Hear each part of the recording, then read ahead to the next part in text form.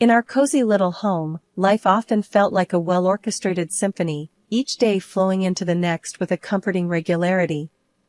I'm Eliza, a dedicated dentist whose life revolves around caring for others, both in my clinic and at home.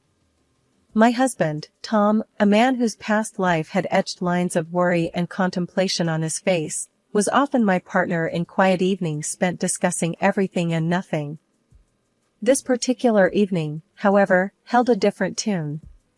As I entered our home, the aroma of simmering stew greeted me, a sign of Tom's attempt to provide some culinary comfort. I found him in the kitchen, looking more troubled than usual.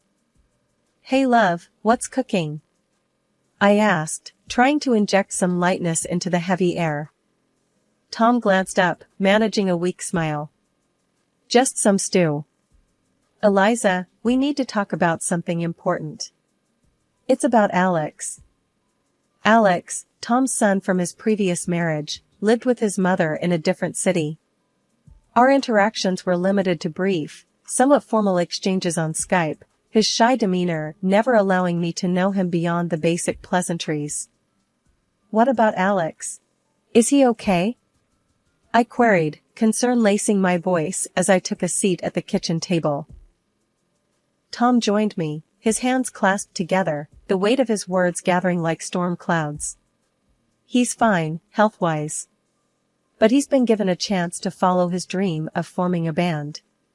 He's really passionate about it, Eliza. But, well, he needs our financial help." I leaned in, listening intently. "How much does he need?" I asked, my mind already sifting through our finances. Tom hesitated, then uttered, "Around $10,000. It's for the equipment, some studio time, things like that." I took a deep breath, the number settling in my mind. "That's a significant amount, Tom. But if it's for his dream, tell me, have you seen any of his work? Is he serious about this path?" He nodded vigorously. "I've heard some of his music during our calls. He spends every spare moment he has on it. I believe in him, Eliza." I watched the earnest look in his eyes, a father's love mingling with hope. "All right, Tom. If you believe this is right, I trust your judgment. Let's support Alex. But, let's also ensure it's a wise decision. We should probably have a chat with him, understand his plan a little better." Tom's face lit up with a mixture of relief and gratitude. "Thank you, Eliza. This means the world to him, and to me. And yes, let's arrange a call with him soon." As we sat there planning our next steps, I couldn't help but feel a mixture of excitement and apprehension. I was about to invest in a dream, in a young man I barely knew, hoping that our contribution would set him on a path to success and fulfillment. It was a risk, but perhaps, in the grand scheme of things, a risk worth taking for family. Months slipped by after the first financial aid for Tom's son, Alex. Life resumed its usual pace with my dental practice bustling and Tom's work steady. Then one evening, as autumn leaves began to paint the ground in hues of amber and gold, Tom approached me with a familiar hesitancy in his eyes. "Eliza, can we talk about something?" he asked, his voice carrying an edge of discomfort. I nodded, setting aside the book I was reading. "Of course, what's on your mind?" He took a deep breath, his gaze avoiding mine. "It's about Alex again. He's making great progress with his music, really diving into it. But he needs more support, another $10,000. I felt a twinge of surprise, my eyebrows knitting together in concern. "Another 10,000? But we just provided for his initial setup. What does he need this time?" Tom's fingers fidgeted with the hem of his shirt. "He's looking to upgrade some equipment, maybe get into a better studio. It's just that, things are getting more serious for him now."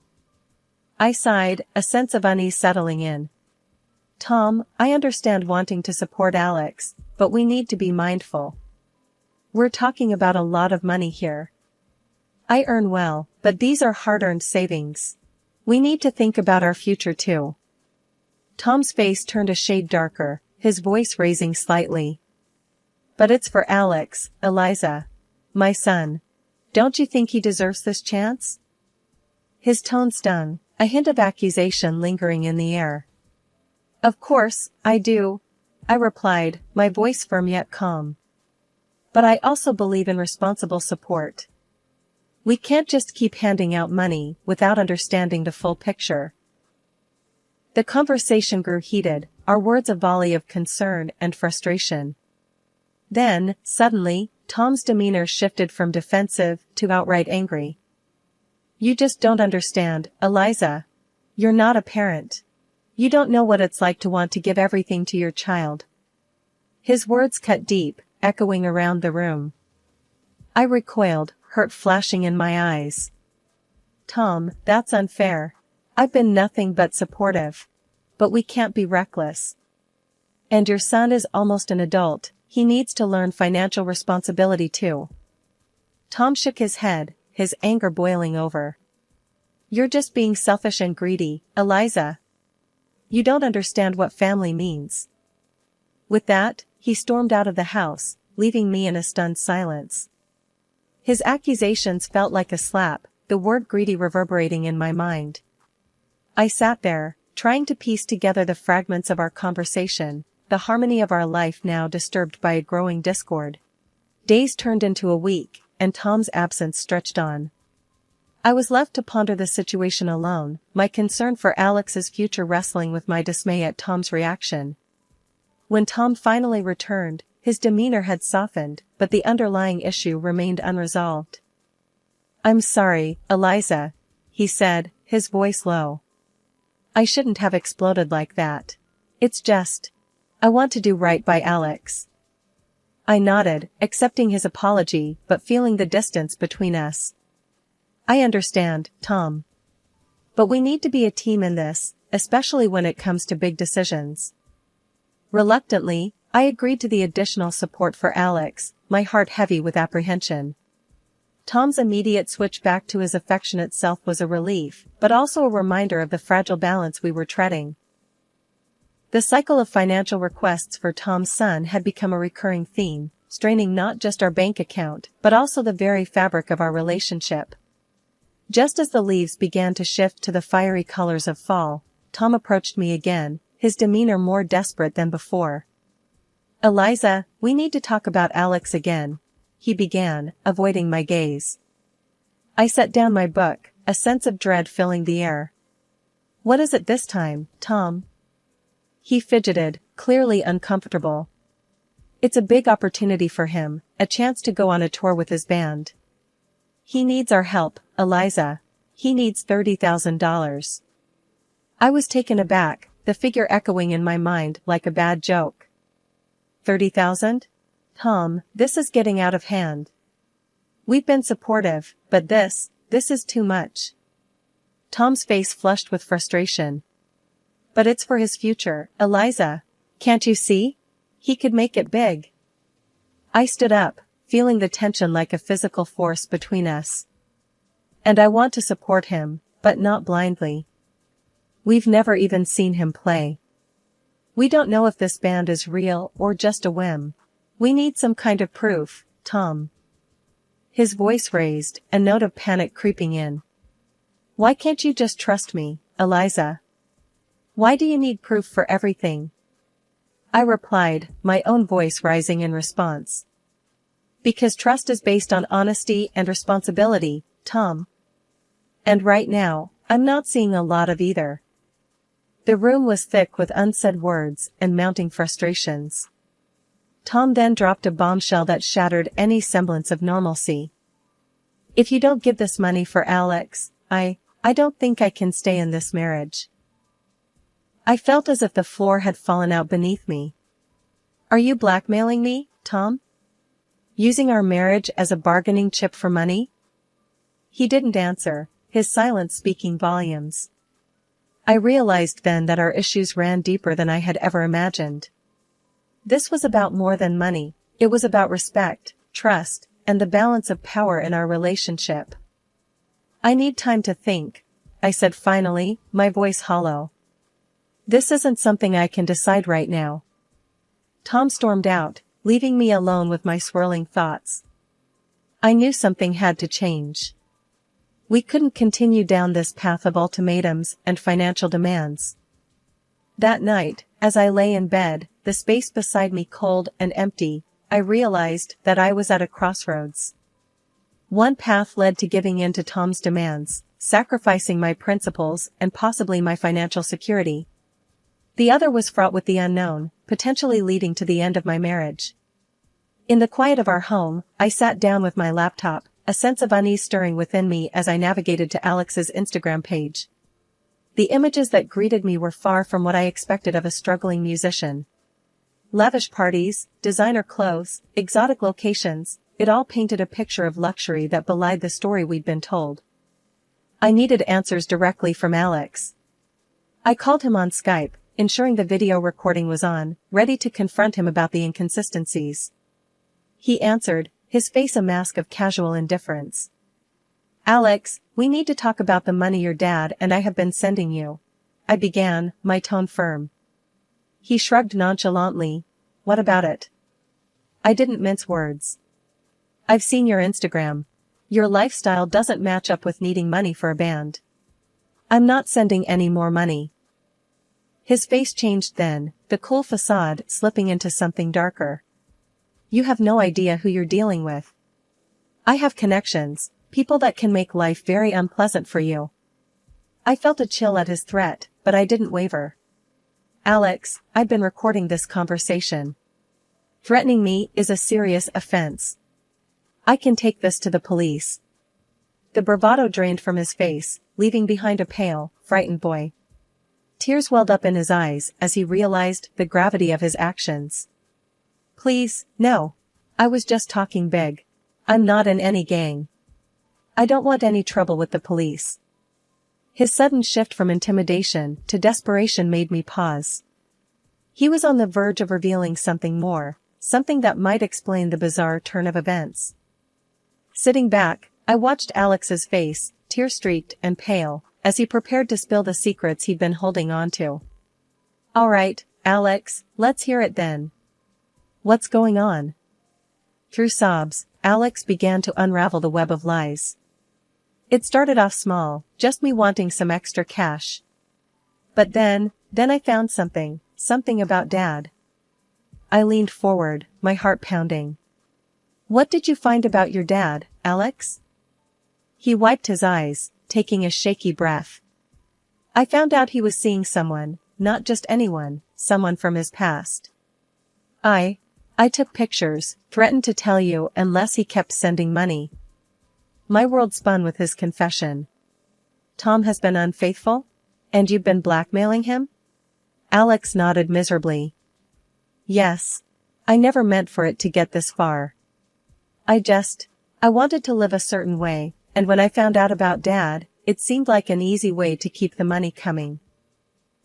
I felt a mix of anger and pity. "Alex, do you realize how serious this is? Blackmail is a crime. And your father, how could he?" He sniffled, looking down. I know it's messed up. I don't know, I got in too deep. But I swear, Eliza, I don't want to cause any more trouble. I'll stop. I'll figure something else out." I sighed, the weight of the situation heavy on my shoulders. "And the band, the tours, all of that was just a lie?" He nodded again. "Yeah. I'm sorry. I like music, sure, but there was no band. I just needed a story for the money." I sat back, processing everything. My husband had been unfaithful, my stepson a blackmailer. The foundation of my family was cracked and broken. "Alex, I need to talk to your father about this. And you need to sort yourself out. This isn't the way to go through life." He nodded, a small glimmer of understanding in his eyes. "I know. I'm sorry, Eliza. Really." As the call ended, I was left in a silent house, the echo of Alex's confessions ringing in my ears. The lies were unraveling, revealing a painful truth I could no longer ignore. I knew the next step was confronting Tom, but a part of me dreaded what that confrontation would bring. The man I had built a life with was a stranger, and our marriage a facade. I needed to gather my strength, for the conversation ahead would be the most challenging of my life. The house felt unbearably quiet as I waited for Tom to return. The ticking of the clock seemed to echo my racing heart, each minute stretching longer than the last. When I finally heard the turn of the key in the lock, my stomach knotted with anxiety. Tom entered, immediately sensing the storm brewing in the air. "Eliza, what's wrong? You look like you're about to explode." I took a deep breath, steadying myself. "Tom, we need to talk. Now." He hesitated, then nodded, taking a seat across from me. "What's it about?" I didn't beat around the bush. "It's about Alex, Tom. And it's about you. I know everything, the blackmail, the affair." Alex confessed. Tom's face paled, his eyes widening in shock. What? "Eliza, I can explain." I felt a surge of anger. "Explain? How can you possibly explain lying to me, allowing your son to blackmail you, and using our money to cover up your affair?" He looked down, shame etched across his face. "I was afraid, Eliza. Afraid of losing you. I thought I could control the situation, but it spiraled out of control." I shook my head, my voice rising. "Control? You call this control? You've been living a double life, Tom. And all the while, lying to my face." Tom's voice broke. "I'm sorry, Eliza. I never meant for any of this to happen. I didn't know how to handle it." I stood up, my hands trembling with a mixture of fury and heartbreak. "Sorry doesn't cut it, Tom. Your son was threatening me, using gang connections to intimidate me, because of your mistakes." Tom stood as well, reaching out to me. "Please, Eliza, let's try to work this out. I'll do anything." I pushed his hand away. "Work this out? How can I possibly trust you again? How can we go back to how things were knowing what I know now?" He had no answer, just stood there, a man broken by his own deceit. I knew then that our marriage was beyond repair. The trust that once bound us together had been shattered by lies and blackmail. "Tom, I need you to leave," I said, my voice cold and final. He didn't argue, just nodded silently and walked out, the door closing with a soft click that seemed to echo the closing chapter of our life together. As I sat back down, alone in the echoing silence of our home, I felt a profound sense of loss and betrayal. But amidst the pain, there was also a flicker of relief. The truth was out, painful as it was, and now I could begin to heal, to rebuild my life on a foundation of honesty and self-respect. In the aftermath of our confrontation, the house felt empty, the silence a constant reminder of the betrayal and deceit that had unfolded. I knew I couldn't just let things end there. There needed to be consequences for the lies and the financial manipulation. It was time for a legal reckoning. I found myself sitting across from a lawyer, my hands clenched tightly in my lap. "Mrs. Johnson, I've gone through all the information you provided," he began, his tone professional yet sympathetic. "I need to pursue legal action," I stated firmly. "Not just for the divorce, but for the recovery of the money Tom used for his blackmail payments, and for the emotional distress this has caused me." The lawyer nodded, understanding the gravity of the situation. "We can certainly file for divorce on grounds of infidelity and emotional distress. As for the money, we'll need all the evidence you have of the transactions and any communication between you and your husband or stepson regarding this matter." I assured him I had kept meticulous records. I trusted Tom completely. "Never thought I'd need these as evidence against him," I admitted, a sad irony in my voice. He offered a small, reassuring smile. "You're doing the right thing by protecting yourself and your assets. This won't be easy, but I'll be with you every step of the way." The following weeks were a blur of legal documents, meetings, and court appearances. Tom looked defeated each time our paths crossed, the reality of his actions finally hitting home. At one such encounter, he approached me, his expression one of regret. Eliza, I never wanted it to come to this. I'm sorry. I looked at him, the man I once loved, now a stranger. Sorry isn't enough, Tom. You made your choices, and now we're both living with the consequences. The final court session was the hardest. I sat there, listening as my lawyer laid out the case, detailing the emotional and financial toll of Tom's deceit.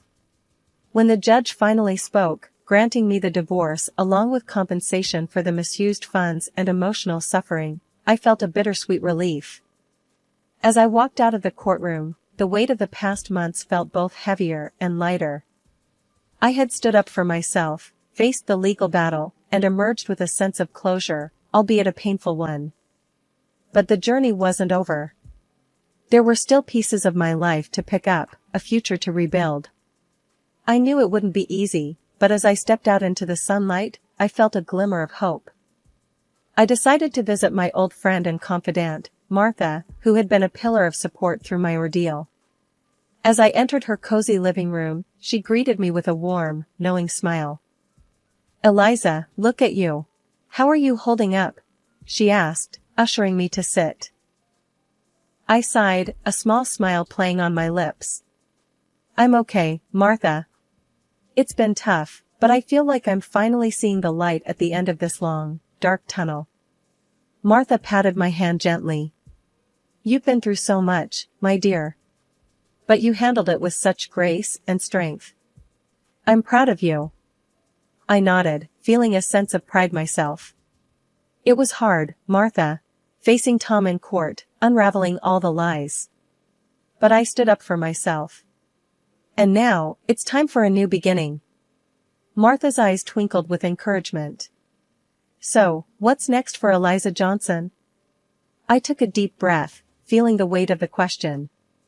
"First, I think I need some time to heal, to rediscover who I am outside of this whole mess. Then, I want to focus on my work, maybe even take a vacation, something I haven't done in years." "Sounds like a plan," Martha replied warmly. "And remember, Eliza, this is your chance to rewrite your story, on your own terms." Her words resonated within me. Yes, I had been through a storm, but now I had the opportunity to chart my own course. In the following weeks, I immersed myself in work and self-care.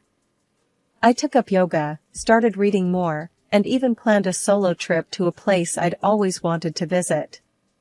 Life without Tom was different, but it was mine to shape. One evening, as I was preparing for my trip, the doorbell rang. It was Alex. He stood there, looking nervous and remorseful.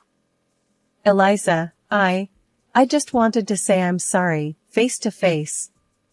For everything," he stammered. I regarded him, seeing not the aggressive young man from our Skype call, but a remorseful, lost boy. "Thank you, Alex. I hope you've learned from this, and that you're making changes for the better." He nodded earnestly. "I am. And I owe it to you for standing up to me. You helped me see how wrong I was." I smiled slightly, acknowledging his apology. "Take care of yourself, Alex. And make good choices, okay?" As he walked away, I closed the door and turned back to my own path, feeling a sense of closure. The journey had been arduous, but I emerged stronger, wiser, and ready for whatever lay ahead. The sun set in a blaze of glory, its vibrant hues a promise of the new chapter awaiting me. A chapter of healing, growth, and self-discovery. A new horizon was before me, and I stepped forward with determination and hope, ready to embrace whatever the future held.